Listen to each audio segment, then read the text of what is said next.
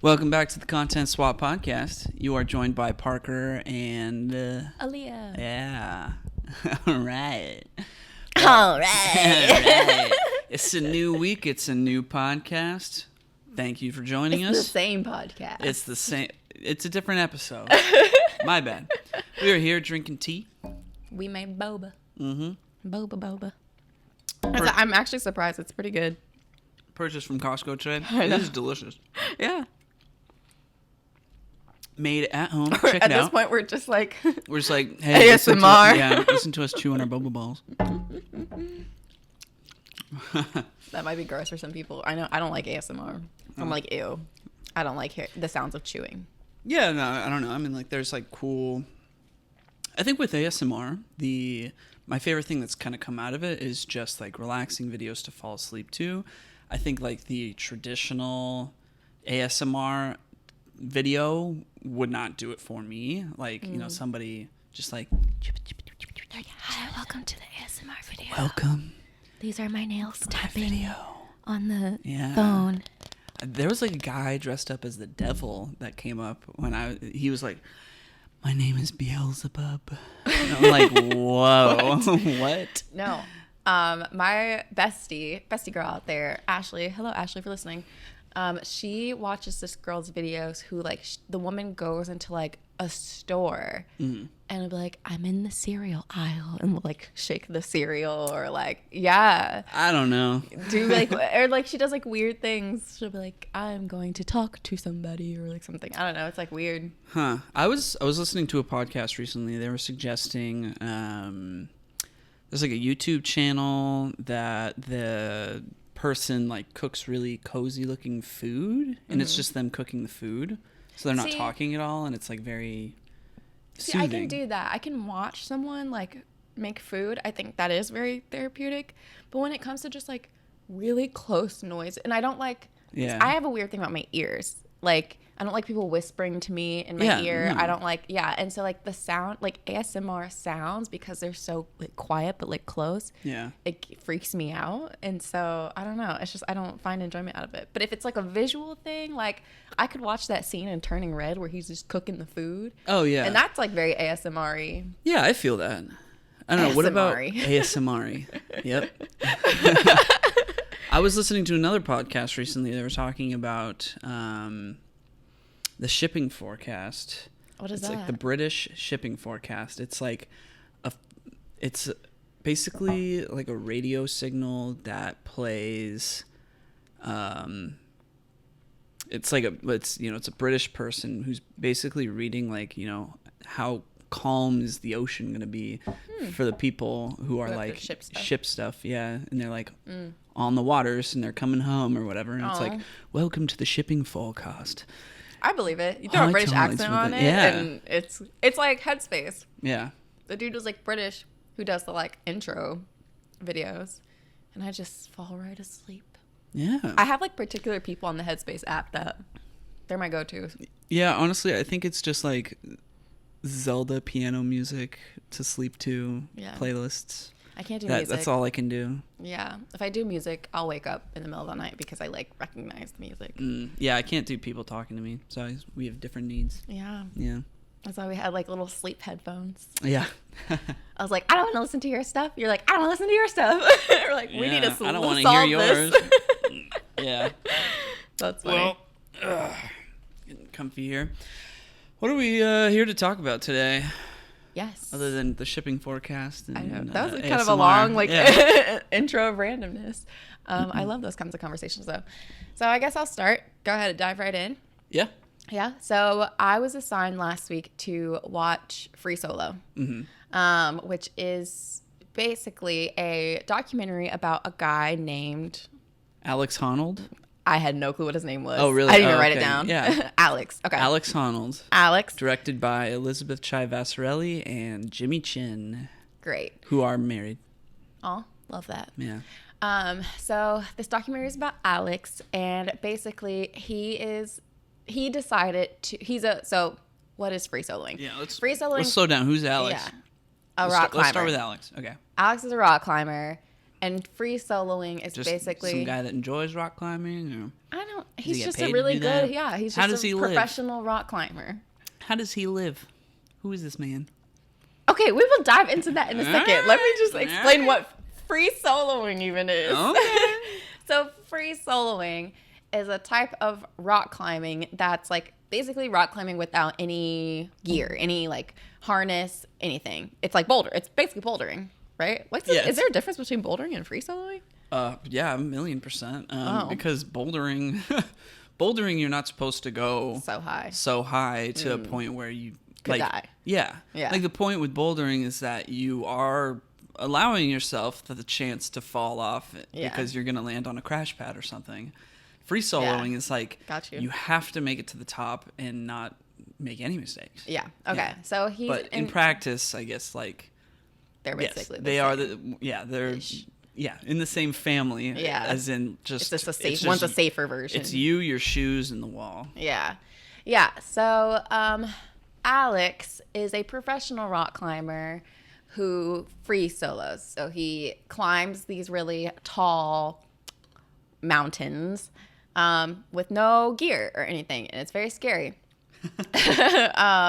And so he decides to, and I'll get in a little bit in more detail about Alex because I have a lot of thoughts on him. That's what we should do. Yeah, but basically the premise of this whole documentary is that he is going to free solo El Capitan, which is, where is that at?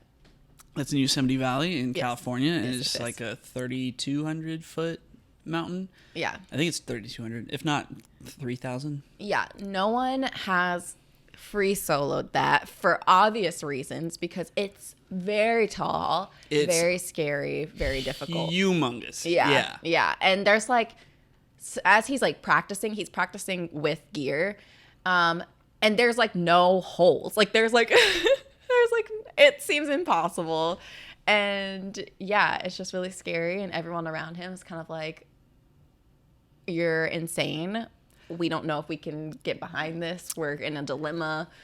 Well, they're not so much. I don't think anybody around him is thinking that he's insane, except maybe for his girlfriend. But like, but they're very concerned. They're very concerned, yeah, because they're like they're close to this guy who likes to free solo, and he has this big goal to free solo El Capitan, which has never been done before. So, I mean, they're not like you're insane, but they're like, you know, he's gonna do it. We do want to film.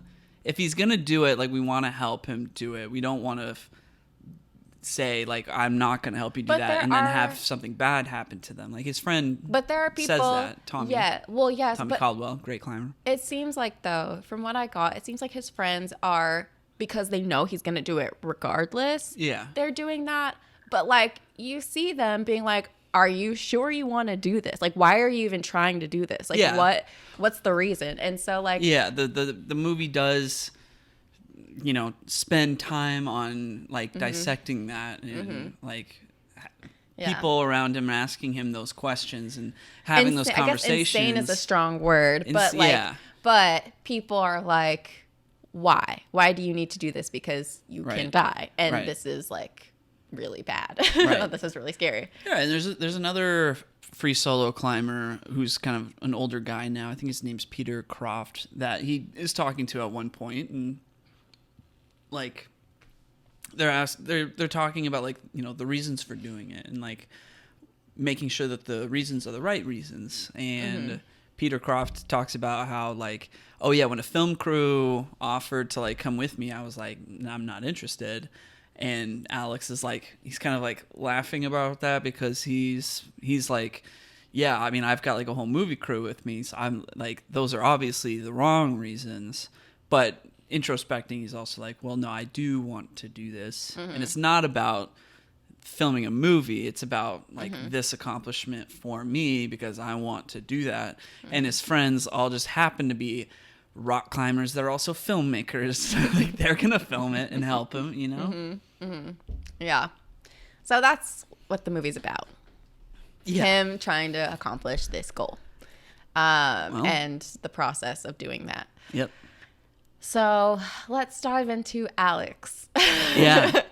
I I've been thinking about this all morning as we've been kind of all morning. Yeah, all morning as we've been. Well, no, I was thinking about it before we even, or as soon as you assigned it to me, because when it comes to documentaries, I always want to be careful because these are real people. Yeah. Like it's their real life. It's who they are.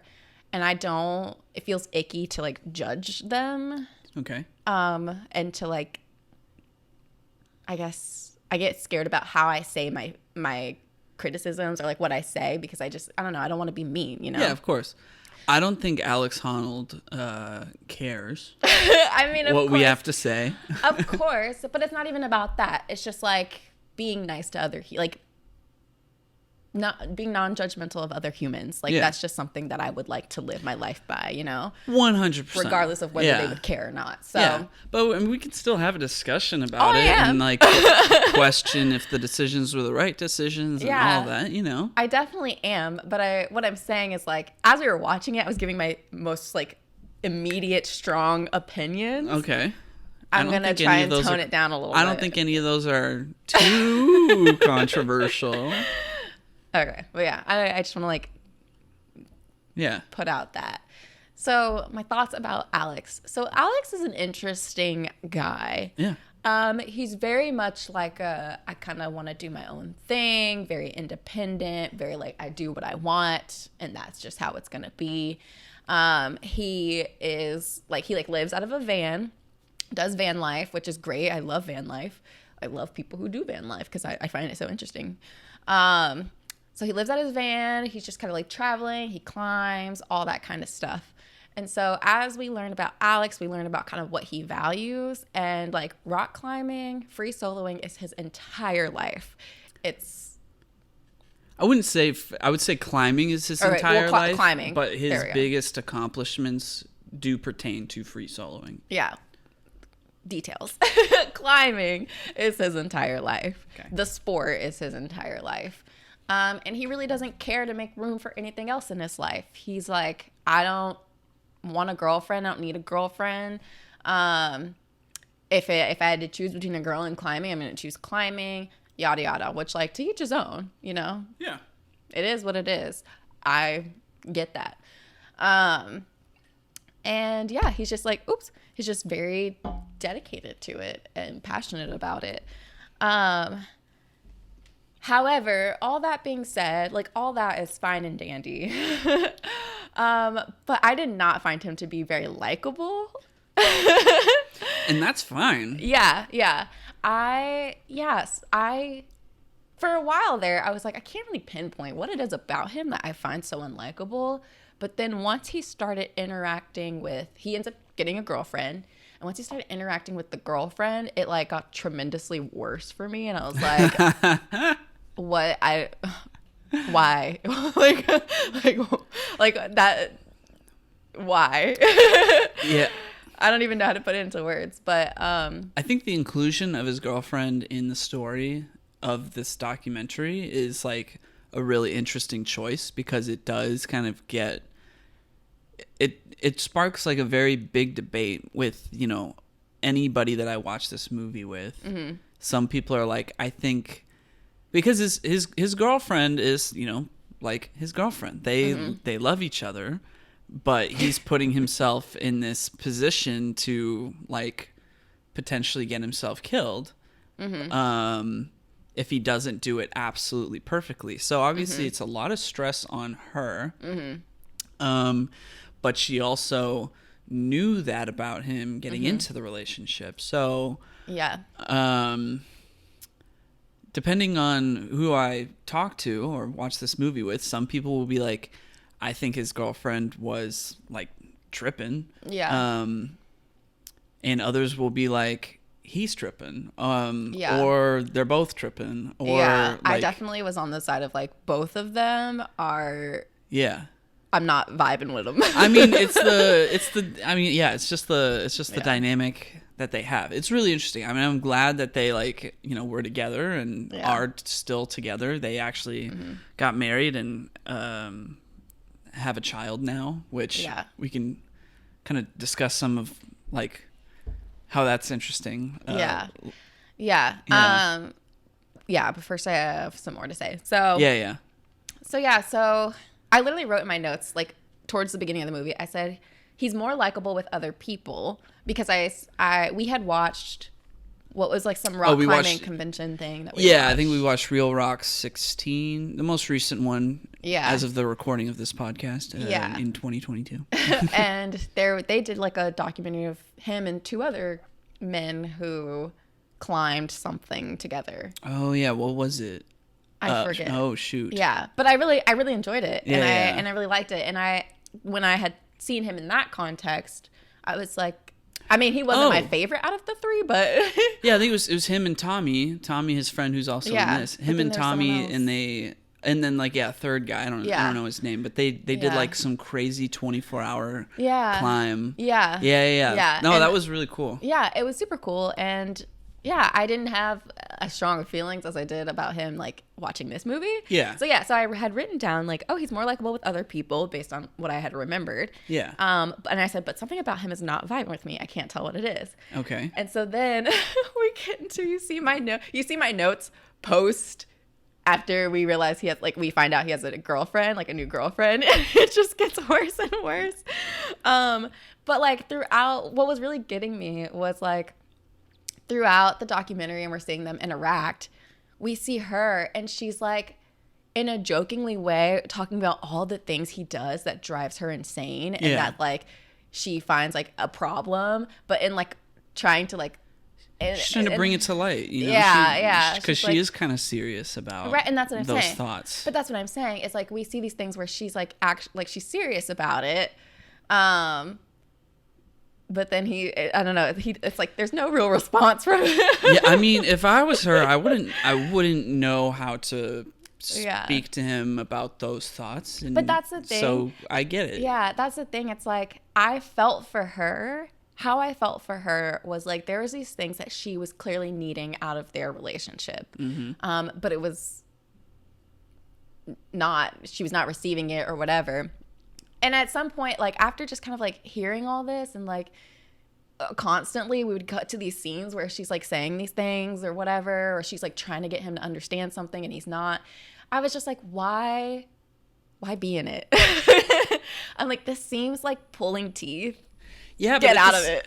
At the same time, like she does love him and she does support this dream of his, and she knew that he liked to do this going into the relationship. So like, you know, would it be worth anything for her to just leave if she knew she still cared about this person? Yeah, but you can still care for someone but realize the relationship just doesn't serve you, and for yourself get out of that. Because it seems like this relationship serves both of them because they're still together. I mean, they're still together. That's great. That's wonderful. I mean, I don't know the ins and outs of their relationship, which is why I was like, I don't want to make judgment on anything because I don't know the like depths of it. I only know what we saw.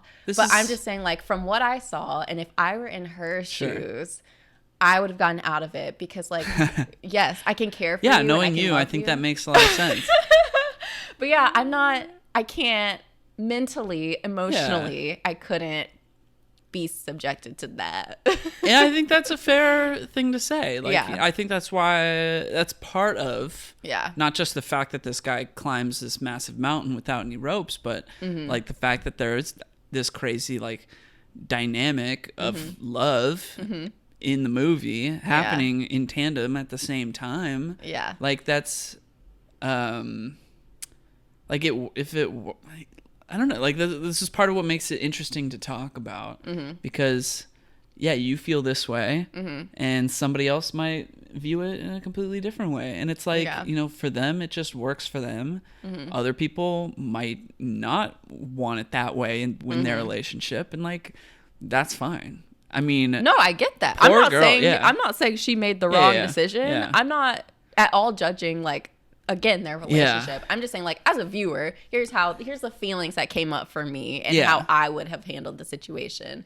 But I'm not trying to like judge or shame her for like staying in a relationship. I don't. Okay, cool. I mean, I don't know what I would do if I was in her situation. Like, if you had a hobby that required you to do that hobby perfectly, and if you didn't, then you'd be at risk of death. I can't imagine nobody in the world I can't think of like anybody in the world who has that experience, which is partly what makes it so interesting and just makes you think like, what would you do if that was your partner's thing? I definitely think there are other sports that are also very dangerous. Like, that's true. Football, for example. Football alone is very dangerous, or like boxing and things like that. Yeah. They're just more, I guess, mainstream, and maybe not to the extent of like free soloing, but still they have their risks. Yeah, but if I miss my punch or if somebody else punches me, that doesn't mean I am guaranteed to die. You're not gonna die, but like you can be seriously injured. And yeah, for sure. Horseback riding. Yeah, I mean race car driving. Yeah. But so that was that was the feelings that came up for me in terms of that. Now, on the other side of things, because as we were watching it, I did say as well, I was like, well, I mean, she kind of knew, like, this was his thing. And so, like, when she was like crying or something about him doing it, and I was like, girl, like, are you surprised? Like, are you surprised? So I mean, I see both things. I definitely think a person should be free, I guess, to do what they choose as long as it's not hurting other people. Yeah. And so I think as a partner, if my partner really wanted to do something and it would have made them happy, I don't have the right to say like, no, don't do that thing. Mm-hmm. However, will I stand by you and just let it happen? I don't know. Like, I don't know, because it's like, I can't, like, and this brings me to his friends, because I also felt this about his friends as well, where, you know, he's gonna climb this giant mountain and it's really scary and he could die. And I was like, as a friend, putting myself in the friend's positions, I was like, what would I do? Yeah. And I was like, if my best friend, someone I cared so deeply for, was like, I'm going to do this thing and I might die and you might not see me after I do this, I don't think I can get behind it. Yeah. Like, I can't stop you. You're an adult. You make your own decisions. But like, I couldn't. I'd be like, I'm sorry. I really don't think you should do this. I don't want you to do it because it's just too scary, and I don't want to lose you. And so I would have to step away and be like, I don't. I mean, that's fair. I mean, like, all of the guys that were on the film crew were expressing a lot of that same feeling of like, should I even be a part of this? Mm-hmm. You know, is my friend going to fall out of the frame while I'm filming? Am I going to do something that's going to cause him to fall? Mm-hmm. But they also do highlight the fact that, like, because it's Alex that's doing it, who has this, like, track record of doing a bunch of free solo climbs, he's probably the most well-equipped person on the planet to accomplish this massive achievement. Proven track record, crazy abilities, friend. Like,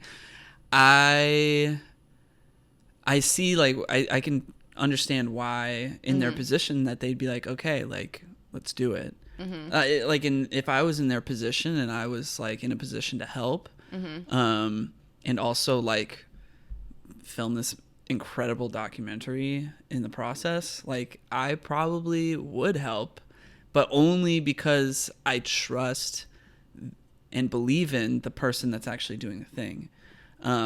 If one of my friends was like wanting to do something stupid that they're like that they haven't been doing their entire life and have devoted their entire life to, I might be like, I don't think I want to be a part of that. But in this specific case where it's like, yeah, again, like the most accomplished, or at least most likely to do this out of anybody I've ever met, like, yeah, maybe I would. And Alex himself is like, he's such a like logical guy. His like working memory around climbing is incredible. He's got these climbing journals where he's literally logging all of the different moves and how the different holds feel. He's climbed up El Capitan like tons and tons and tons of times. If anybody's gonna like have that almost like calculating brain, it's gonna be Alex Honnold. I guess. I guess. I don't know. It's too scary. It's too scary. Yeah, I can't wrap my brain around it. But there was something I was going to say in response to that, but I'm blanking. I wonder, like, legally, if he were to have fallen and died, would they be liable? Yeah. Probably. Would they be charged with, like, I don't know. What? I don't know, but I'm going to go with probably, yeah. Yeah. Yeah. I don't know. So that's another thing to consider. I mean, they've also got these interviews filmed of them like, well, I guess we should just help him do it. Exactly. It's like aiding and abetting, or what is the term? Yeah, I don't know. But he's not... Yeah, I mean, he's putting himself in danger. That's like saying, like, if Travis Pastrana is going to, like, drive his car off this ramp for a Red Bull event, and we're all there in attendance watching, and we've set up the whole thing, and he, like, crashes and burns. Is Red Bull and the people that set up that event, are they liable? Yes. Precisely. Dang. I don't know. That's, that's why everybody's there. That's like saying if I am in the military and I'm flying a plane, if I'm flying a jet and I'm like, Top Gun or whatever, and I accidentally crash my plane, is the military responsible? Are they liable for me having messed up? Are you, like, dead in this situation? Sure. Yeah. Let's say I am. I think that's different. But, like, I'm sure they'd be like, he needs to be trained better. Or, like, people need to be trained better. Yeah, well, I guess that is different because it's, like, an authority above you. But I don't know. I don't... It's a gray issue. We're like, I want to set a record for, I don't know, bungeeing off this cliff. Okay. And, like, you're like, I want you to help me. Okay. You die. I'm responsible. Because it's like, I was helping you. I was the one who was like, yeah, let's do it. It's not like aiding. Is it aiding and abetting? Is that the I don't know terminology? What the term is. Right, let's say it is. It's not like aiding and abetting in a murder, or like I'm not. I mean, but it's not. Even though it's not a murder, I feel like there's like legal response. Like you see, like teens, right? Yeah.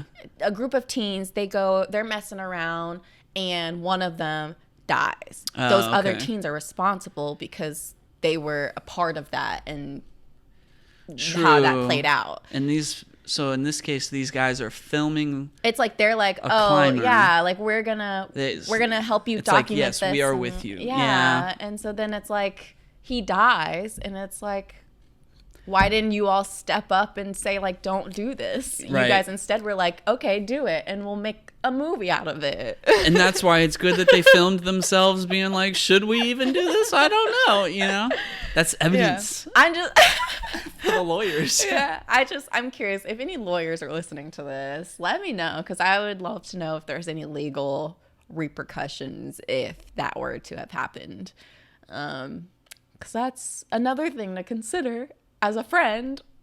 Like, I mean, I hate that, sounds kind of like selfish to be like, oh, I get in trouble if blah blah blah, but like, is it illegal to free solo? That's a good question too. I should look that up. Yeah. Yeah. I mean, it's probably highly frowned upon. Yeah. Base jumping is, I think, illegal, but people do it anyway. Like base jumping, like off of non-base jumping approved cliffs is illegal. Exactly. Yeah. So I don't know. I'm just very curious about it. Yeah.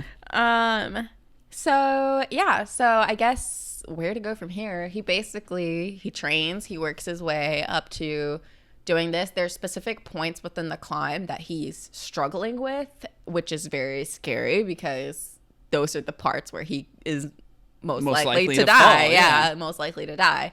And so we see him kind of practicing. And then at some point, he's like, all right, I'm ready to do it. They go to try and do it. And he gets to a part where he was struggling with before. And is like, I bail. I'm not doing this.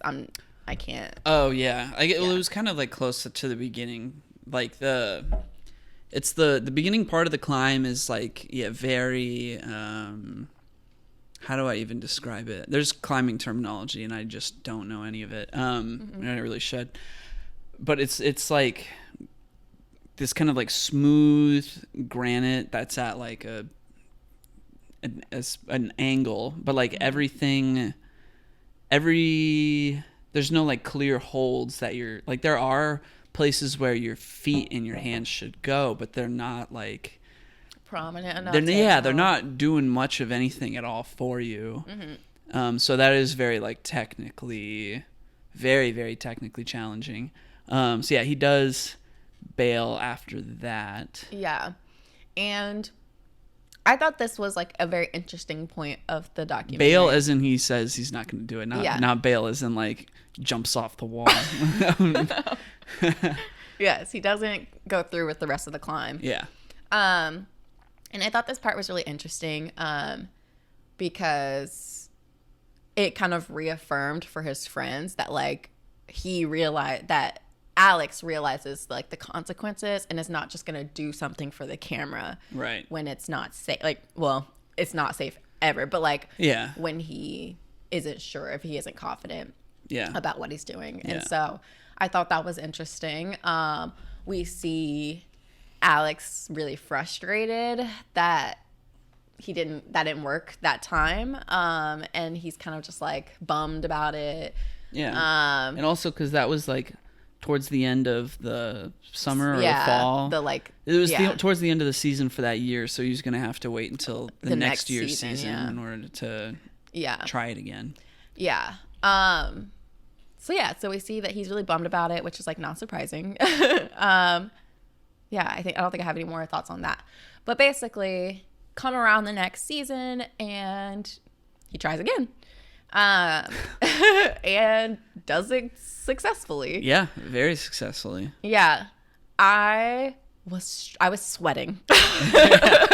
The part of the movie where he actually does the climb is by far the best part. Even like having the knowledge that he successfully does it, you're still just like sweating. It's stressful. You get to the parts where like we've seen him struggle, try to do it when he was like in his practice rounds. And you're like, oh my gosh, is he going to do it? Is he going to make it? And it's just really anxiety inducing, which is not what I want for a documentary. I love it because it makes it's real, you know? It's like, oh my gosh. I'm like, this is more stressful than like the murder documentaries I watch. Like, it's just so scary. Yeah. It's so scary. The movie does such a good job educating you on why it's scary. You know? Like, getting into his thought processes, looking at those specific boulder problems and stuff, and making sure you know, like, exactly why it's scary. And interviewing people and having them say, like, I'm a professional climber. This is scary. Yeah. You know? Yeah. It's wild. But he does it, and despite my, I guess, non-vibing with him. Your reservations. Yes, there we go. I was like, what's the word I'm looking for? I'm tired.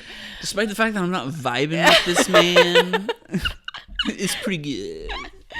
I mean, despite all of that, I was very happy that he did it. Obviously, I didn't want to see him die. That would have been like so traumatic and so scary. Yeah.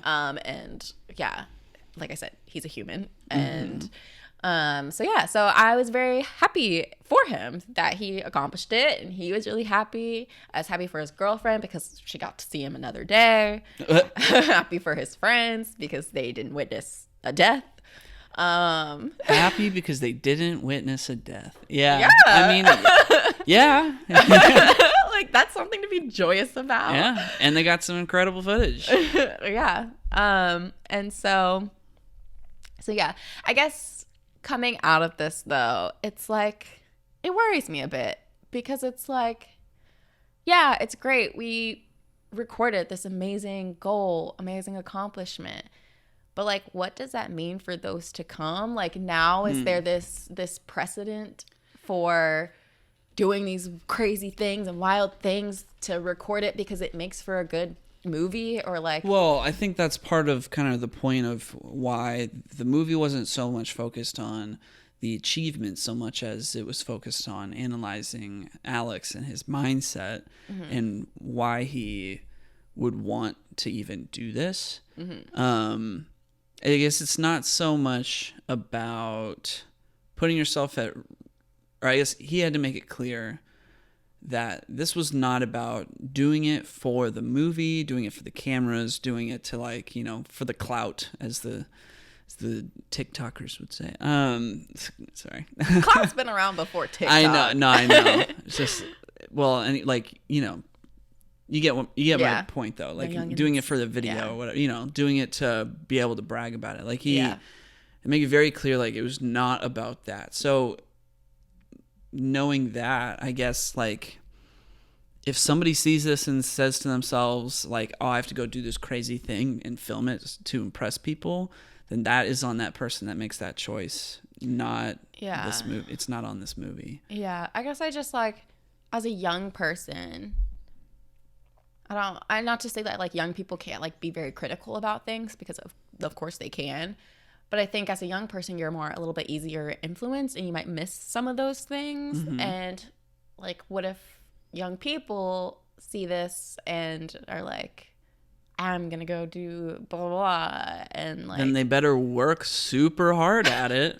Or just don't and do not, it. I mean, if you're going to set this crazy goal that's going to require a ton of danger, then like practice your butt off to be able to then actually achieve that goal.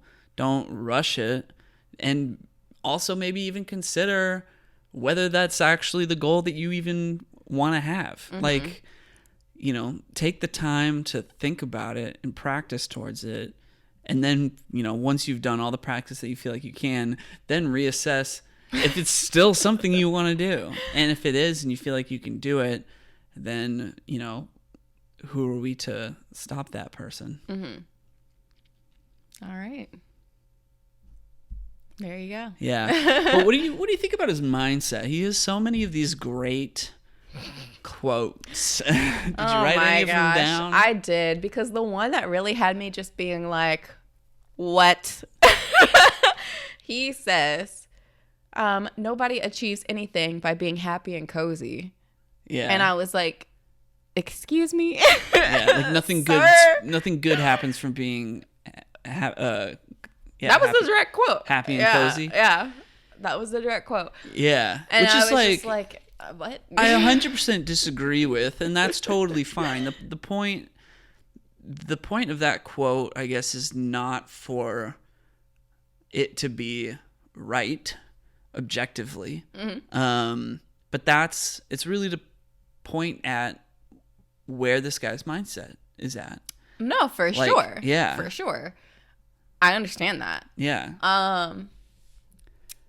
Like if he's going to, you know, push the boundaries of like what's possible and like achieve something incredible, then he does have to put himself in danger. We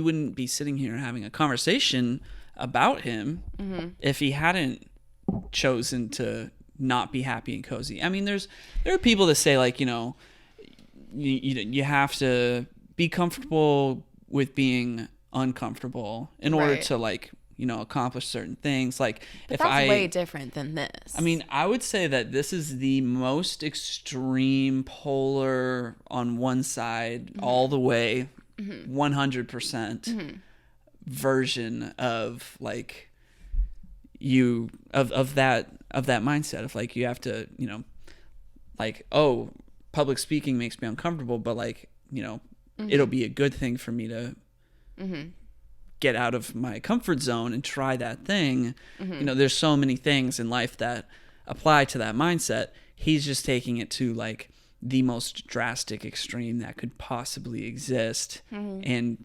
viewing it in a very like black and white way.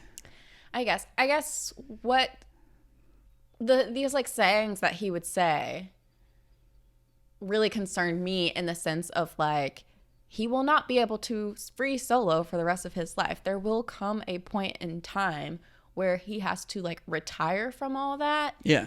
And it's like, what happens then? Is it like a depression follows? Like, because I feel like for those who are so passionate about something and they have these like blinders on to everything else in life, and they kind of take that approach of like, everything else doesn't matter. It's this is the thing that matters. When they're older and that's no longer a part of their life, you really see them struggle. Yeah. And that's the concerning part. And it's like, for him to say like, no one achieves anything with like being happy and cozy, it's like, okay, but that's also a part of life. Like, yeah, but I also think that that quote and all of that is like a perfect snapshot of where he is at this point in his life when this movie is getting made. Because like the first time I saw this movie, this was my first introduction to Alex Honnold, and like the movie was super popular. It won an Oscar for Best Documentary Feature. It won like 7 Emmys. And like, he did a whole bunch of interviews with people. Like a whole bunch of people know who he is now because of this movie. And it's like, this movie's called Free Solo. It's like he did one of the biggest free solos that's like even possible, like with the mountains available in the world. Like he I don't know, like I think he just like really started to develop more of like a personality, or at least like a media personality after this movie was made, because now he's doing like, he did the intros or like hosted those Real Rock events, or like he was asked to like commentate the rock climbing events for the Olympics. I think that like just didn't end up happening for a variety of reasons or whatever, but like it seems like at least in my perspective, in my view of him after seeing this movie, he's just grown into becoming a more personable guy. Like he's just like evolved a little bit more. Yeah, I'm sure like every human grows over time. Every person, when we're young, we think the one thing about the world. As we get older, that completely changes and flips. And so so I'm not denying that, but I'm just saying like as a piece of content, that's has these messages, and like you said, it won an Oscar, it's won Emmys. It's like, what are we as a culture praising? And it's like, this is what I took away from this movie. It's not the healthiest thing, but yet here we are uplifting it, praising it. And it's like, okay, are we gonna come back with something else that shows his change, his development, and like something where he's like, oh, I realize there's more to life than just this or whatever. It's like, it like taking him out of it. If anyone had said this, like if anybody's saying these things and we have this documentary that doesn't necessarily question it. I mean, but it does, like his friends. I mean, his girlfriend questions it. Yeah, but his friends also, like, there's interviews of his friends going through that whole thought process of like, what would happen? Would I be responsible? What, I'm having nightmares about him like getting hurt and stuff. Like, but everybody around him is concerned. They're concerned, but like at the end of the day, it's all like well, this is what Alex wants, so woo, we do it, and then woo, we were successful. But these guys, like all these guys like to climb and stuff. They enjoy extreme sports. So like, I don't know. I don't see anything really wrong with it if this is what makes, and they say this in the movie, like Alex's mom says in the movie, like free soloing is when he feels most alive. Like if them all like enjoying climbing and living their lives the way that they want to is helping them feel the most alive, then, you know, what am I supposed to say about that? Yes. That I'm not. I think we're not on the same page. Maybe we're not. I'm like, wait a second. I need to process, because I'm not denying doing things that make you happy. Okay. That's not what I'm saying. But I'm saying when it gets to a point where it's like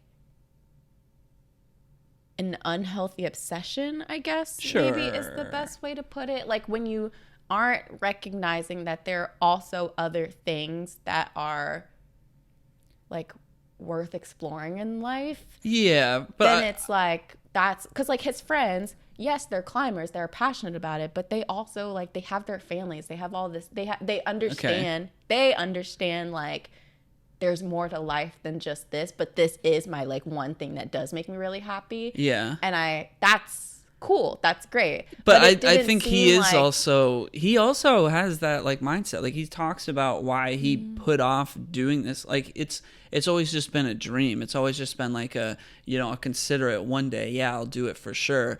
But telling people like, you know, I like that, it's scary. Like it's a crazy thing. And there's a reason that I haven't done it yet, because like I might die.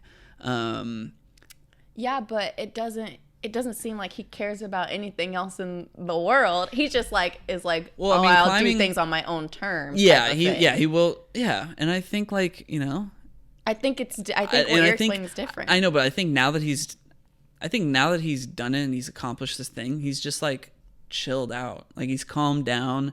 He started a family. He's not going to be doing crazy free solo climbs and putting himself in danger because he's got a family to consider now. But that's what I'm saying. Now he's like, he doesn't have that same mindset. But what I'm saying is in the context of this specific piece of content, right? Like and the praise that it's received, yeah, it's like we are kind of praising like this idea of nothing else in the world matters aside from like this one thing that you're passionate about. And that's in any context, like not just in terms of Alex and climbing. It's like, that's kind of the message I got from, it's like we're praising this unhealthy thing that he fixated on and then accomplished, and we're like, wow, good job, because you accomplished this thing that could have gotten you killed. No, it's just like, no. It's like, yeah, I'm not understanding, and I think overall I just disagree. Like, no, I don't know how to explain it any further. And maybe I'm just not articulating things in a way that's well. All I'm saying is like, you have a person, we're watching this person who views life in a certain way. Okay. Right? And that view stays the same throughout this whole piece of content that we're engaging with. Okay. Right? And this piece of content is celebrated. Yeah. Right? It's celebrated. Everyone's like, woo, go him. Yay. That's awesome. This was the 5th time I'd watched this movie. Right. Yeah. Right. It's celebrated. One of my favorite movies. However, what we're celebrating is a person who has this like worldview that may not be that healthy. And so unconsciously, I'm not saying it's like a conscious thing, unconsciously, we're saying like, oh, this is okay. This is fine. It's okay. He has this like worldview of that nothing matters aside from like your one passion. Yeah, I don't know. I don't know if I view it the same way, because the movie makes such a point about pointing out like, this man is abnormal. Like, you know, like they're not saying this is normal. They're saying this is a documentary about an abnormal person that exists, that has this view, and we are documenting it. We're not saying go be like him. We're showing you objectively, this is this person, this is the way they were raised, this is the way that they think, and now they're going to go do this thing. And then it's up to you to decide whether you're okay with what he does. But the point is to give you the full picture view and let you decide for yourself of like, are you okay with the fact that this is something that he's really interested in, that he's doing? If not, then like, fine. And if you are, then like, be safe if you choose to try to emulate that, because like, this guy is obviously, as I said, an abnormal human being. No normal person is gonna go climb a mountain without safety equipment unless they're like damn confident that they can do it. Okay. Yeah.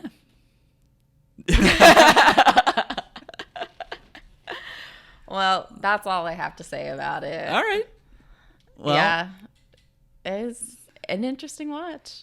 Yeah, Let's say that. I mean, it's very beautiful, like visual wise. Yeah, it's very beautifully the locations shot. they were at were really gorgeous. Yeah, and again, they make a point of saying like these are professional climbers who also are like professional filmmakers, and there's just like they have the perfect team for that, because there's not a lot of people that are expertly skilled at both of those things, and those that are end up making awesome documentaries like this. And that's why I like to watch Real Rock every single year.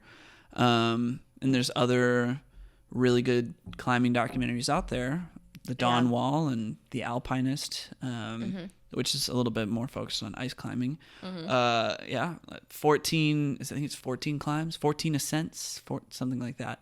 I love this stuff. Free solo just happens to be the most dangerous activity that's being documented. But anyway, that's all that. So, moral to the story, you want to jump in a pool of sharks, just practice. Yeah, get to know sharks, understand their behavior, be the shark. And all will be well. Get into the mind of a shark. Document it, and you might get an Oscar. I'm just saying. I know. I'm just messing. There's documentaries. I think it's called like Bear Man or something. There's a documentary about a guy that like lives among bears. That's wild. I think he ends up like dying at the end because the bears got him. But like, we're like, yay! The whole point of a documentary is to document. Yeah. That's all. Yeah. Are you okay? I feel like I came for your movie. No, I totally get it, and that's why I picked this movie, because it does spark a really interesting conversation. Because it's so easy to have an opinion and have those opinions be different when you watch this movie. So that's why it was always sitting in the back of my mind. It's like something to pick. Yeah. Yeah. Cool. All right, let's move on. Let's do it. To something more lighthearted. Something a little bit more lighthearted. All right, so cue the intermission. All right, and we are back from the break. So I was assigned a little show called Comedians in Cars Getting Coffee. Is that the full title? That's it. Comedians in Cars Getting Coffee. So it's a Netflix show that's done by Jerry Seinfeld, from Seinfeld fame. Or the B Movie. We all know that's his best piece of work. Yes, of course.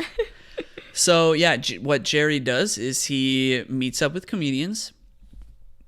He picks out a specific car for each episode that he thinks fits the comedian. It's not even just comedians. Well, yeah. It's the person that he's picking up.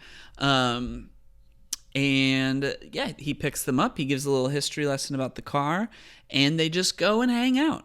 It's literally him driving and then arriving and them having a little like, oh, how are you doing? Conversation, get in the car, talking in the car. They get to their coffee destination. They have their coffee. Maybe sometimes they have breakfast. And they're just chilling and talking. Then they get back in the car and they're just chilling and talking, and then they're done. And sometimes they go do an activity after. Oh, yeah. We saw that. Which one? On Miranda Sings one, they like went to the stores. Oh yeah, they did go to a store. They like paddle boated. Christoph Waltz. Sorry. Yeah. Christoph Waltz. They do go paddle boat in Torrance. And a lot of them they go to like they'll like go do something fun or something. Okay. Yeah. But yeah, I mean that's the whole show. Mm-hmm. And it's a blast to watch. It's like it's just it's as you've kind of already put, like it's that was weird. Sorry, there was a background noise. It was very scary. It's probably your neighbor. Yeah, no, it's just very relaxing to watch and to listen to them have a conversation. So we watched. Who did we watch? We watched like John Oliver's episode. We watched. I watched Ricky Gervais's episode, Aziz Ansari's episode, Seth Meyers' episode. We watched Miranda Sings, Tina Fey, Christoph Waltz. I think those are all of the ones that we watched. So we watched 7 of them. Or I watched 3 of those you did not watch. But anyway, yeah. I'm like, this is now officially like my new breakfast show. It's a good breakfast show. Yeah. Some of the episodes are like really short. And they're like 15 or 18 minutes or something. Some of them are like 22 minutes. And others I've seen are like 40 minutes. And it's, you never know what you're going to get, but it's just like a quick little bite-sized show that you can just like put on, listen to a couple people have a conversation, and they're both like professionally funny, and it's just fun to watch them interact. Yeah. And if you happen to be into cars, then like, heck yeah. What was, out of the ones that you watched, which one was your favorite? Of the ones that I watched, which one was my favorite? I'm biased to say the John Oliver one. That was really funny. I really like John Oliver. Yeah. And so to watch the two of them just like, just jabbing around, like when just having a fun conversation. They're just like, they're both just trying to make each other laugh, and they both clearly understand each other very well. I thought it was like, that was perfect. And it was the first one we watched, so that also adding to my bias. But I thought like the Seth Meyers episode was pretty funny. It was all just like very entertaining. I think the Miranda Sings episode we watched was very weird, awkward and weird. Yeah, but it was awkward. But it was also curious. I wanted to show you that one because one, it's a YouTuber, and like that was such a random thing. It, like, yeah, and then 2, it's so weird. Well, because she's the only one that's like playing a character the whole time. Yeah.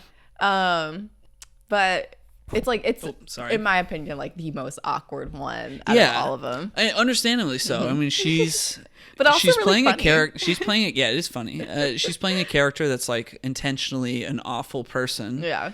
And he just has to like go get coffee with that character, And it's just funny because he's like, you see, he's just stumped. He doesn't know what to do, and so at some part he's just silent. And then you even hear her. She's like, "Why are you giving me the silent treatment?" He's like, "I have nothing to say." He's like, I don't know. He's handling it so professionally, but also like being kind of deadpan funny at times, just pointing out her behavior. Because everybody else, it's like they're talking about life, they're talking about their process, they're talking about just literally whatever. And then that one, it's like he's just trying to make it through it. Yeah, but it's funny. Yeah.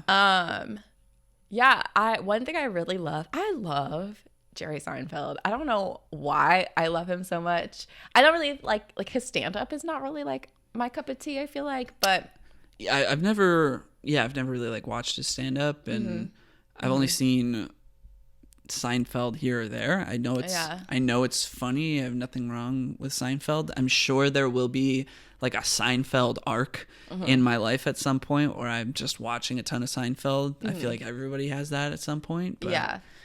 I never really watched Seinfeld either, but I don't know. I've seen I think I've only seen one of his stand-up shows, and it wasn't bad. Like I enjoyed it, but it just like, I guess, didn't stand out to me. However, I love watching him interact with people. It's just like, it gives me life. And I feel like this is going to sound so weird when I say it, but I feel like me and him have like a similar way of thinking. And I know that sounds like so egotistical. I know.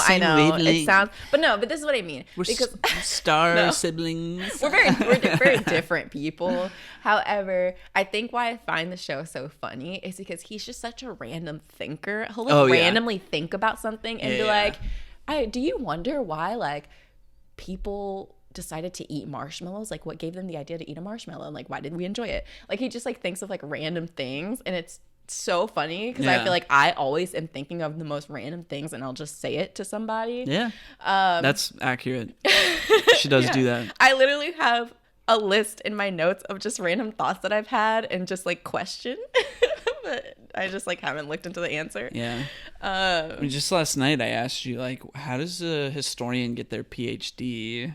Does and like, I was like, more easy. History just pop out? Do they just find, do they have to go digging through archaeology sites and find more pieces of paper? But I know, you were like thinking of like lit reviews. You're like, do they just read history books and then write about it? I'm like, no. Like, how do they log more history? No, I was like, there's archival data. Like, you can go back and look at old newspapers. Right, and write about like a specific topic that happened historically. And I was like, okay, that makes a lot of sense. There's a lot of recorded history that might not be. It's not a book. Properly framed. Yeah. It's just like we just have data. Yeah. Anyway. But yes, I guess we both kind of like to have those fun thoughts, and it's part of what makes. You want to be included too now? Yes, I do. I'm trying to. I am inserting myself in this vibe. And I love that about Jerry. I don't know. It's just it cracks me up. And he has the funniest like one-liners. Like he just says these things that are just so fun. Or he'll like the guests will say something and he like. He's just got the perfect response, or like he'll pick at it in a certain way, or like rephrase it in a certain way that just cracks you up. So I really enjoy this show. I would love for you to watch the Obama one. Yeah, no, I'll watch. I will watch all of it. Yeah. I want to give a special shout out to whoever is filming the B-roll footage of people making coffee. Yeah, because it is so clearly coffee that is not being brewed at the locations that they are at, because they go to like IHOP sometimes. There are some places they go to and you're like, oh yeah, like I really want to go try that place. And then other episodes they'll go to IHOP and he takes Christoph Waltz to IHOP, which is hilarious. Yeah. But then they'll sprinkle in these like, these B-roll shots to transition between like conversations that they have. And it's just this person making coffee and it's like, that just looks delicious. I think out of the ones that we watched together, I think Christoph Waltz was my favorite one. Really? His is like the one that because I watched these quite a while ago. It's been a while since I've watched these, and I've watched a few over like repeatedly, but his always stood out to me because I was like, this is a person who like I'm so intimidated by. Like, what is he like just to interact with? And he's like still kind of intimidating. Yeah. And just like, I don't know, it's just interesting. So I think that was my favorite. Yeah. Christoph Waltz is like, he's so like he's not like outwardly funny. Like when he's being humorous, it's not in like a slapstick kind of way. It's much more subtle and much more like internal response that you're having. It's very interesting. Yeah. And he's like he's like a man of few words, very like he'll just answer the question. Like Jerry will be like, have you blah, blah, blah, blah. And he's just like, yeah. And that's his answer. Yes. And it's like, all right. But yeah, I love that one. So I have another question for you. Okay. Bring on the question. You are on Comedians in Cars getting coffee. What car do you want Jerry to bring to you? What car do you think best represents you? I don't know. That requires them to do like a whole psychoanalysis of my career, because that seems like that's how he's choosing these things. Yeah, well, based on just like your personality. This car, it's not practical, but it's like, it's great and it's bright red or whatever. And then it'll be like, just like my next guest. Yeah. I mean, but sometimes it's just like he doesn't go based on like full career. Like he's like, this car is small, just like so and so. Yeah. You know? I don't know how to answer that. Well, like, you know your personality. What car do you think best represents who you are? That really requires me to dive so deep into cars and like the qualities of cars and what makes them, and like it's almost like I don't know the history. I know a lot of cars, but I don't know enough of the history and how these cars actually drive in order to. Oh like, my gosh! See, this is different. If you're asking me like, oh, you know, if you could have any car in the world, what would you want to drive? No, but that's a different question. That's a different question. Yeah. So I don't know. Oh my gosh! I think I'm just like a Toyota Corolla, and that is the car that I own. That's the car that you own. Yeah. But also, like, Toyotas are just so practical. They last a long time. They're just durable. They get you from point A to point B. It's nothing too fancy. Okay. And I feel like that's just me. Like, it's like, I'm practical. I'm logical. I just do what I gotta do. Yeah, I mean, I would want to go with something that's practical, well designed, but maybe has like some oversights. What do you mean? Feel like because it's logical. It's analytically designed to be, you know, practical in this certain way, but then there's like maybe one thing about it that might not make sense. I feel like that encompasses me a little bit. Mm-hmm. So I don't have. You need a car that like has something that's not practical, but it's just there for like kind of the fun. Yeah. Because I feel like sometimes like a car that's like a minivan with a spoiler on it. No,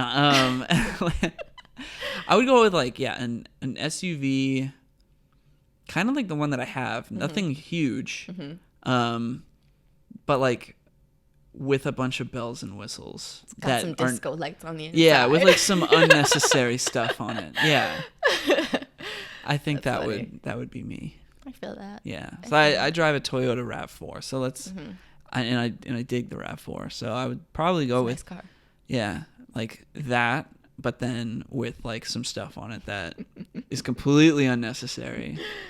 Maybe not a disco ball, but like it's a disco light. Disco, whatever. Well, yeah, okay, yeah, disco lights would be pretty cool. It's a difference. Yeah. Yeah. All right. Little party lights. You know when you get like a party Uber? You're like, ooh. But he's always bringing people like classic cars. Yeah. And I just don't know enough about classic cars. Mm-hmm. Yeah. I feel like the ugliest car he chose for someone, he brought this like terrible car for Sarah Jessica Parker, but like she loved it and she was like, this is great. Oh my gosh. And like, I'm pretty sure the car broke down like during there. Oh no. I don't remember, but yeah. It's wild because like who was it that you watched that got pulled over? Oh, it was Chris Rock. Oh, Chris Rock. Yeah, they got pulled over. We watched the one with Chris Rock. Yeah. Yeah, it's like they're driving a Lamborghini Miura, which is such a beautiful car, and it was like bright orange too. Oh my gosh. Yep. Yeah. But anything kind of goes on the show. Yeah. I love it. It's great. I think I know I wrote down a few notes and I wonder if there's anything else I wanted to. I didn't get any like facts just because like what facts do you get from that? Yeah. But the only other note I wrote down was that I love that he gives a short history of the car. I'm not really a car person, but I thoroughly enjoy hearing his little history of the car and why he chose it for the person, because I just like love like a personality match kind of thing. Yeah. And so I love the car aspect of the show. Absolutely. I love the car aspect too. I mean, I used to watch Top Gear a lot, like back when Jeremy Clarkson, Richard Hammond, and James May were the ones hosting it. I was watching it like all the time, like 10 years ago.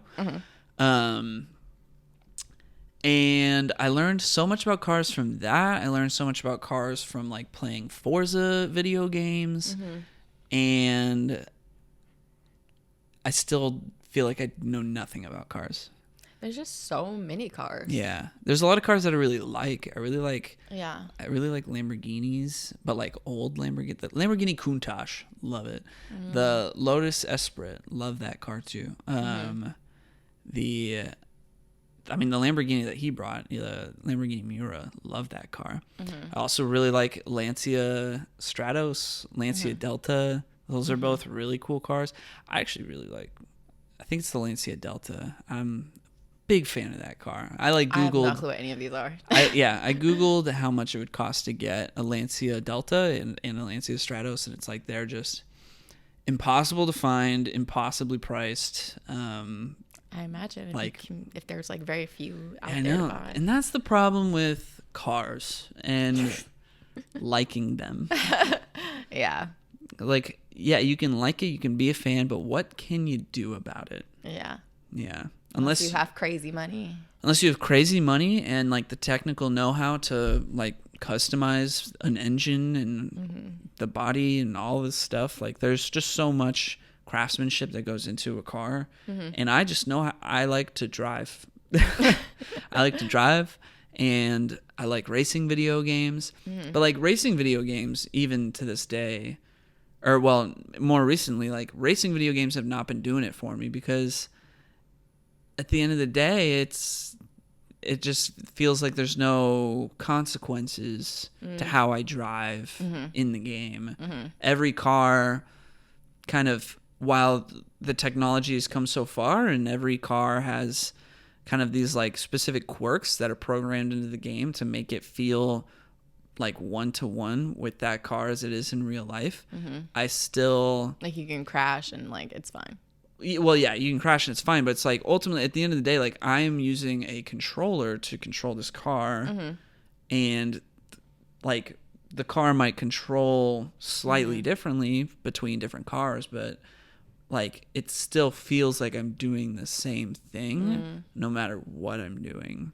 Maybe they need like the Wii, like a like steering wheel. I think it's just like having the real life like car, your hand on the steering wheel, like the vibrations, the sounds, and like the danger of it. That is what's exhilarating and fun about a car to me. And that's why I haven't been as into cars lately, because I just have come to that realization of like, if I'm going to be enjoying and be satisfied with cars, I'm personally just at a point where it's like I have to be doing it in order to like really enjoy it. And there's like the only way I could possibly get that fix is if I went like go-kart driving, or if I decided to like sign up for a racing school, but that's mad expensive and I'd have to have the right car for it.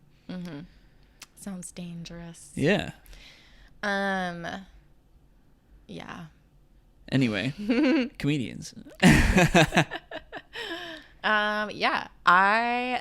Watching this again made me want to go back and watch all of them, so I plan to do that. And just like whenever I'm grading, it's a perfect show to watch when I'm grading papers. And so, yeah, I would love for you to watch the Obama one and let me know what you think. And the Seth Rogen one. I love Seth Rogen. Yeah, I mean, I've got like a whole short list of ones that I'm like, yeah, I want to watch that. But I'll probably just go through and cycle through them. Yeah, they're easy. They're fun. Yeah. I had a list from a Vulture article of their opinion of the best and the worst episodes. I did not agree with their list. And also when I just tried to like log back onto it, it was like sign up for a New York Times membership. Yeah. Like, and I was like, oh. New York Times membership? Yeah, I think it's through like New York Times, isn't it? It's owned by New York Times. Yeah, which I've been meaning to like get a subscription, but I keep forgetting. I think I'm at the point in my life where I need to get a New York Times subscription. If you sign in through Google, you can get 5 free articles like a month. Well, yeah, that's what it said. It said it was up for the month. Yeah, and I check the news too frequently to do that. Yeah. So they have like a student membership, which I keep meaning. But see, I was stuck because I was like, do I want an Atlantic membership or do I want a New York Times membership? I feel like New York Times is probably best. Personally, I would go with New York Times. But I feel like for like the articles I look at like for school, a lot of times come from the Atlantic. Oh. So I was like, it seems maybe more practical for me to. It would be great if everything could just, merge into one thing. Honestly. That would be very problematic from a news reporting point of view, but yeah. So much bias. Yeah.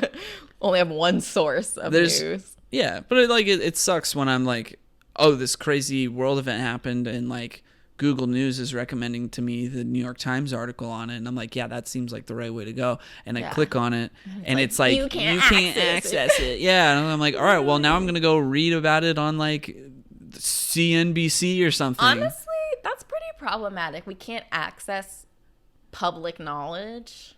I mean, that's the entirety of academia wrapped up in a nutshell. Yes, I find that very problematic that we can't access academic work, open science, open news. But this is not academic, scholarly, peer-reviewed articles. Open reporting. That's what we're looking for. Like, this is the same things we see on the news, just written by somebody at this place. Yeah.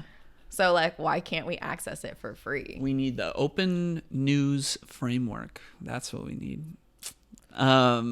Just like the open science framework. I think the open news framework is the internet. honestly, but like there's places that I trust the New York Times, right? I don't trust newstoday.com or whatever. I don't know, like something random that, we're not here to make enemies of different news outlets. No. But I don't even know if that's a real one. Right. I don't trust all of them, but like I know New York Times, okay, I'm gonna read a good article about this, Yeah. The Atlantic, I'm gonna read a good article about this, and I just want access to it for free. Yeah. But anyway, that's not related to comedians and cars and coffee. Great show. I don't have no idea how we got on that. Yeah, great show. For sure, check it out. If the basic concept of comedians and cars getting coffee sounds appealing to you, go check it out. It's an easy recommendation. Mm-hmm. Yeah. Yep. I don't think they're going to make any new seasons. How come? I think they just they had a contract and the contract's up, and I don't know if Netflix renewed it. Yeah, it is interesting. Some of these episodes are from 2013 or so. Like he's been at this for a really long time. Mm-hmm. So it is actually interesting to listen to them talk about comedy in the landscape of comedy when so much has been discussed in the last 5 years about what crosses the line and all this stuff. And it is interesting because for comedians it's the point is to cross the line. And some people take issue with that, and it's very difficult. Is it bad for me to laugh at something if it's just genuinely funny, even if it's totally messed up? At what point do we have to, I don't know, be humble about the fact that even if something is messed up, it can still be funny when presented in the right way? I don't know. It's I don't know. I have trouble with this because there are comedians who I haven't always appreciated the type of jokes that they've said, but I still enjoy their comedy. But then there are comedians that I think do a very great job of not needing to talk about, not needing to say harmful things, and their comedy is just as funny. And there's a guy who does clean comedy. I know it sounds weird, but it's a lot. It's basically the comedy's a lot about just him and his family. But it sounds like Sunday morning church comedy. No, it's just instead of talking about, different things in the world that could be controversial, he just talks about him and his family, and that mess is so funny, and it's relatable because it's he's talking about his family, I can relate. Yeah. And it's okay, what makes a good comedian? Is it crossing the line? That makes a good comedian? Yeah. Is it just being able to be funny without having to cross the line, because that's possible. There are comedians out there doing that. Right. Hassan Minaj, I love, which his comedy is more storytelling. Yeah. I do love it. I think he can be hit or miss. Sometimes he talks too fast.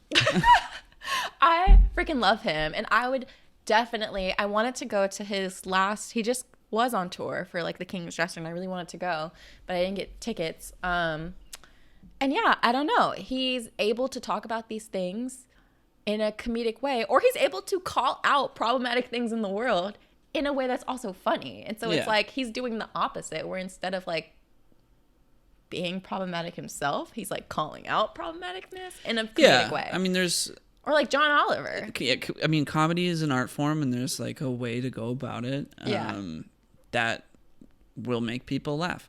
I think really just for me, where the line can get crossed is if you're, targeting or belittling a specific community that, maybe doesn't need the flack that you're giving it, or at least like maybe there's a scenario where it's okay to, include a certain community in your joke, but if the result of that joke is going to result in people who listen to that joke and laugh at that joke to then go act on treating a certain group in a different way and potentially put that group in harm's way, because people are, laughing about jokes about that group, then that to me would be crossing a line.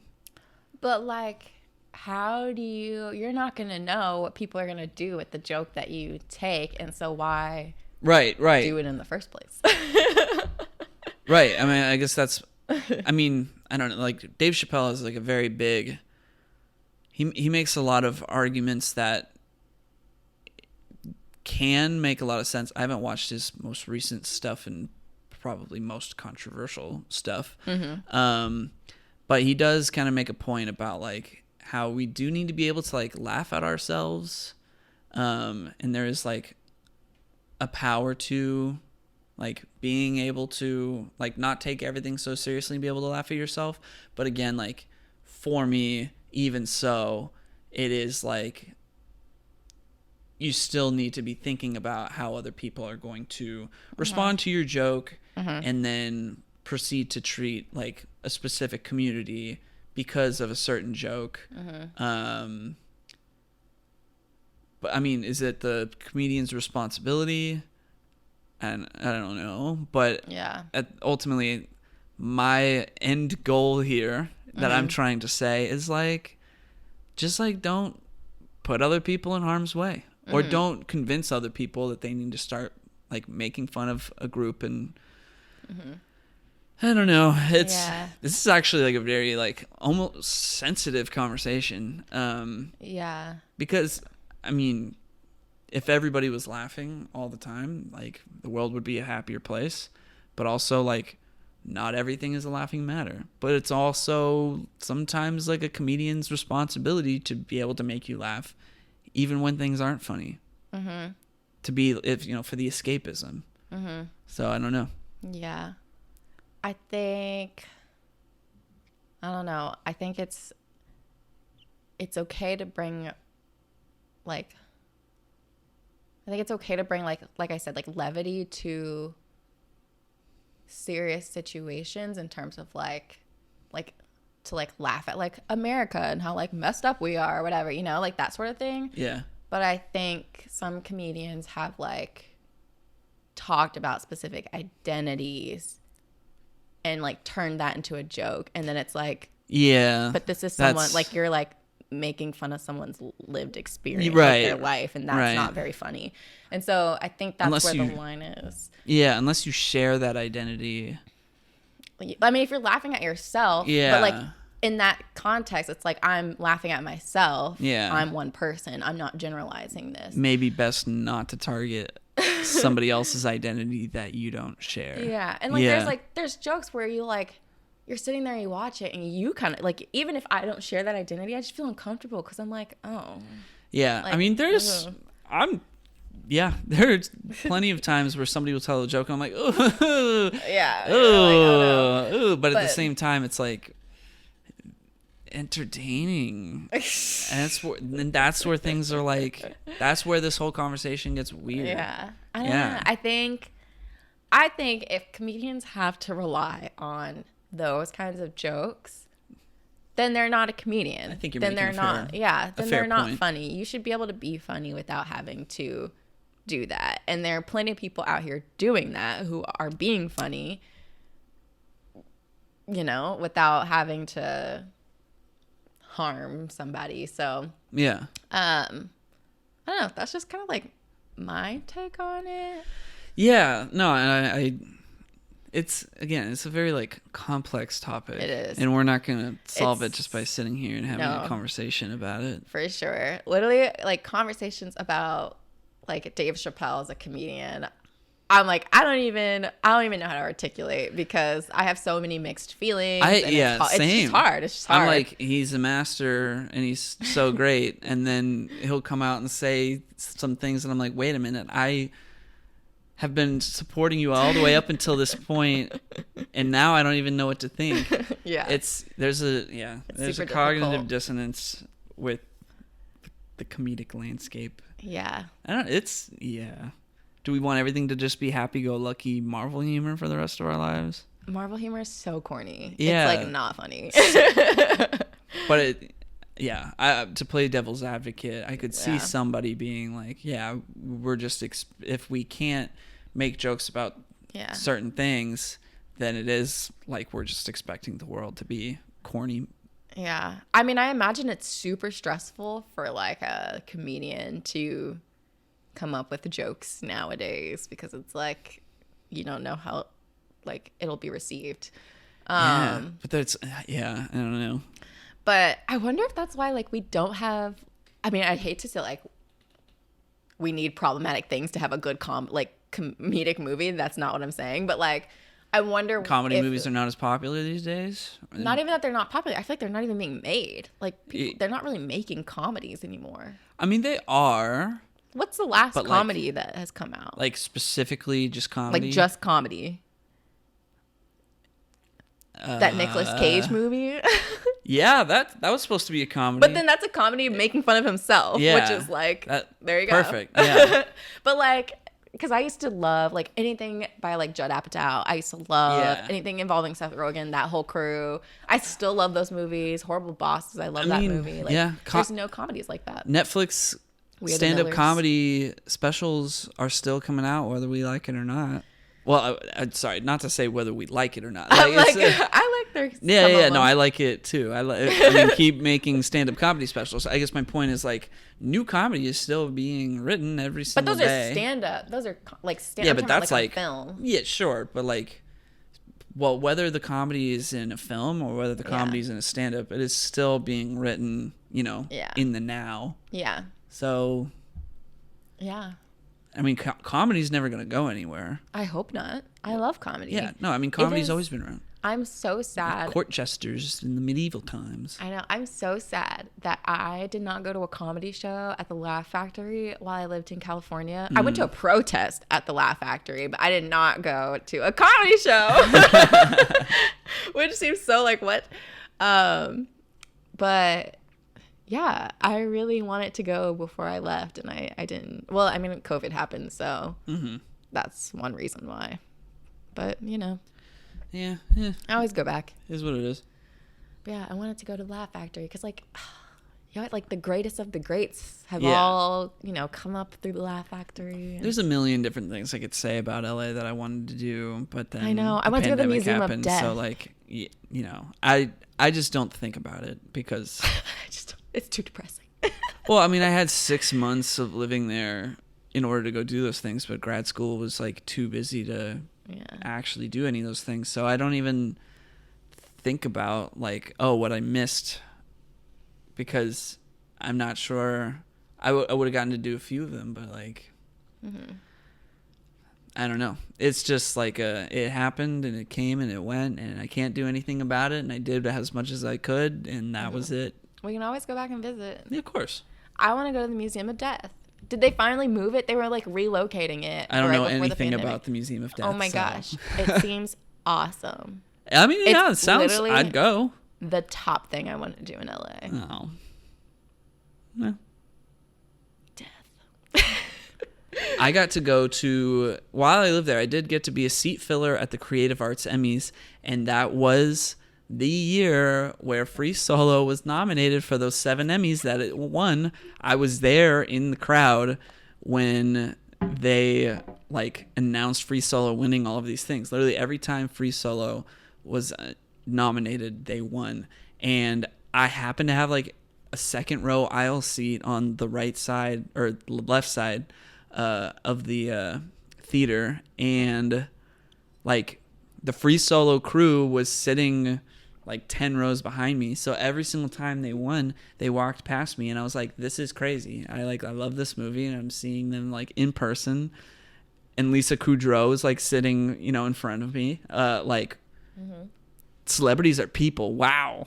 Yeah. Well, that's the great thing about being in LA is like, it's so easy to go to those type of like events because you just get free ticket. Like they just need people to fill seats. And like, so you can just easily go online, request some tickets, get the tickets, and then boom, you have something to do that's free on like a Saturday night. And then you realize very quickly, like, these celebrities are just people. Yeah.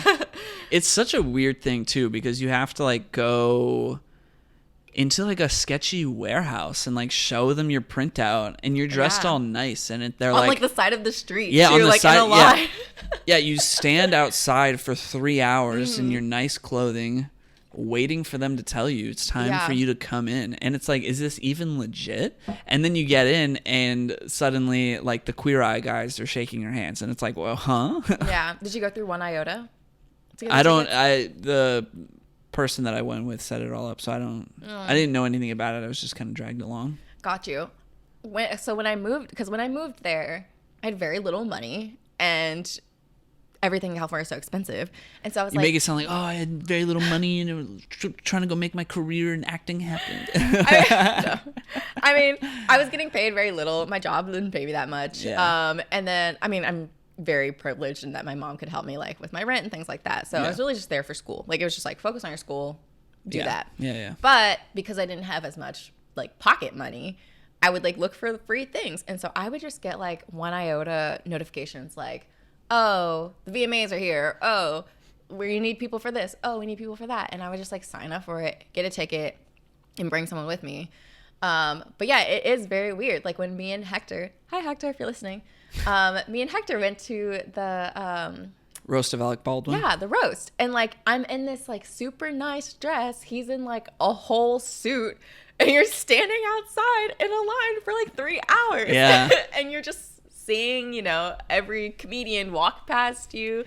And this like dude. It's a lot of fun. Literally, this dude who's like an interviewer for Comedy Central, like Netherlands, like comes up to us and like interviews us. You get like some food, some snacks, and you just sit there and like watch this whole taping, which took forever. Yeah. And it's just like so strange. LA is a different world. And then you realize I made eye contact with John Mulaney. Literally, and then you realize that when you exit, you have to exit at the same place that the celebrities exit. Yeah. And so you're just like casually walking by, like, I don't know. I met the guys that make Honest trailers because of that. I just like, I happened to see them. It was like, because they were there because they were nominated for an Emmy. Yeah. And I like watched a whole bunch of their stuff. Yeah. So like we walked by them and we were like, hey, like we know who you are. Yeah. And they were like, oh my gosh. Yeah. Because nobody else knows who they are. So they're like, oh my gosh, like, like, oh, were you nominated tonight? I'm like, I'm a seat filler. And they're just like, oh, you're just fans. Like, that's awesome. Do you ever like get to like, you're at one of those places and then you're sitting there, and because there's so many celebrities around, you're wondering like, who else is a celebrity I just don't know? Oh yeah, or like who else is famous I just don't know? Yeah, I mean, I was sitting behind some guy in the camera. The shot where that you can see my face. Yeah, it's because I'm in the background of a shot of a close up of some TV actor. And I have no idea who the heck that guy is. Yeah, that's always so interesting. I'll try and like pinpoint like, is this person famous? Is this person famous? Yeah. Like I went to the Dolomite. Dolomite is my name premiere. And it's like every iconic black comedian is there, which was like the best thing. Snoop Dogg was there. Sam Jackson was there. It was like the best night ever. But I like am sitting and they like are keeping the seats next to me empty. And then like someone escorts these like people. There's like these, it was like a few men and a few women, escort them to like the seats next to me. And the dude sits down and they're dressed like super nice. And I'm like, who are they? Like, why are they? How come they were escorted? We weren't escorted. Like, we just sat down. And then he's like, the dude next to me is like, do you want some of my popcorn? I was like, oh, I have my own, thanks. And I'm like, who was that? Yeah, no, I shook hands because when they put me in that theater, I was in the front middle, and you know they basically just told me like, you know, if somebody comes and that's their seat, just like move to the next open seat. Yeah. And like. The Queer Eye people showed up and they were there and they were all like sitting down and whatnot. And before I had to get up, like one guy that was with them, who was not in like the Queer Eye squad, but like was with them, you know, like sat down. He was like, "Oh, I'm so and so," and he like shook my hand, and I was like, "Oh, I'm Parker. Great to meet you." But to this day, I have no idea who the heck that was. Maybe. He was one of their partners. And he was in the, maybe. Yeah, I think so. He was in the front middle. Yeah. So, yeah. But it's cool. I ended up in a better seat, sitting behind Lisa Kudrow and in front of Carrie Ann Inaba. Love Carrie Ann Inaba. Honestly, the best judge on Dancing with the Stars. Yeah, and then the Free Solo people were behind me, and I think Carpool Karaoke got like nominated and won something that same night, and they were like, you know, across the aisle from me, and they, you know, James Corden. Yeah. I love how you called him Carpool Karaoke as if he doesn't have a whole show. No, but it was like the Carpool Karaoke was the thing that was specifically nominated. So it was like that team. Yeah. We're all, you know, celebrating and being happy and whatnot. And and I remember like when they won, like James Corden like stood up and he was like, "Yes, all right." Oh, horrible impression. Canceled. I'm kidding. What? I'm kidding. British accent. Anyway, that was a very fun night. Yeah. And it definitely made me, it almost like being amongst such famous people and seeing them as like such normal people, it gives you this very overinflated idea of like, maybe I can do it too. I don't think I've ever gotten that feeling. I was having like a whole crisis of like, wow, I'm destined for this life. It's just a very like rose-colored glasses 24 hours after that. That's all I'm saying. Oh, okay. I don't think I felt that way with any of the events I went to. I was just like, wow, anyone can just be here. Like maybe if I had schmoozed enough, I could networked have. enough. Yeah, I could have ended up at Carrie Ann Inaba's house at the end of the night, partying with like Army Hammer or something. I want no part of Hollywood at all. Only way I would be a part of Hollywood is if Seth Rogen was like, want to come hang out? I'd be like, absolutely. I'm not turning that down. Anyone else? No, thank you. Okay. That's so funny. All right. Well, that was a fun little sidebar that we did. I don't know. Yeah, we're probably going a little long at this point. So yeah, let's wrap it up. Let's go ahead and assign. Alrighty. You want me to go first? Up to you. Yeah, I'll just do it. Okay. I've been putting this off for a while, and I think once I've assigned this, then I'll be really out of like, you know, when am I going to do that? When am I going to do that? Mm-hmm. So I'm going to go with Mad Max Fury Road. I've seen that. With Charlize Theron? Yeah. I've seen that. You've seen that? I've seen that. Yeah. No. Sorry. No. I'm sorry. That was my Darth Vader impression. Well, I'll just have to watch that because I've been trying to watch that for months now. Yeah, I know. Shoot. Okay. All right. Tom Hardy.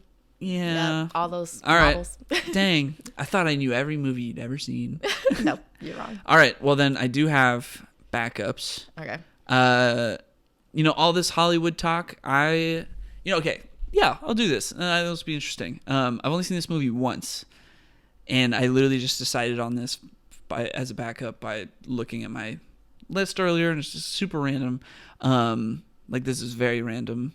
I barely remember this movie, but I think it'll be good. Jay and Silent Bob Strike Back. Okay. Yeah. Once you see it, you'll be like, this was fun. Okay. Yeah. Okay. You have no idea why. Why is that tied to Hollywood? Like, what do you... You'll see. Okay. You'll see. See, okay, here's my dilemma, because I told you earlier I'm stuck between two picks, a documentary and a non-documentary, but a movie. My documentary is also related to Hollywood, but you're like, we already did documentary. All right. So do your documentary. Okay. I want to give you Kid 90s. Kid 90s? Kid 90? Kid 90. How's that related to Hollywood? It's literally the girl who played like Punky Brewster, and she's like documenting being in the 90s and like growing up in Hollywood. Oh, I'm thinking of mid 90s. Yeah, that's also on my list. Yeah, okay. That's also on my list. But no. Oh, Kid okay. 90. Yeah, it's on Hulu. Oh, okay, cool, sweet. Yeah. Now I know what you're talking about. Mm-hmm. Oh, okay, yeah, that'll be fun. Okay, yeah, I think that'll go perfect with Jane Silent Bob Strike Back. Surprisingly. Yeah. Okay, cool. All right, that'll be a lot of fun. So the Hollywood theme. Yeah. See you then. See you then. Bye. Bye.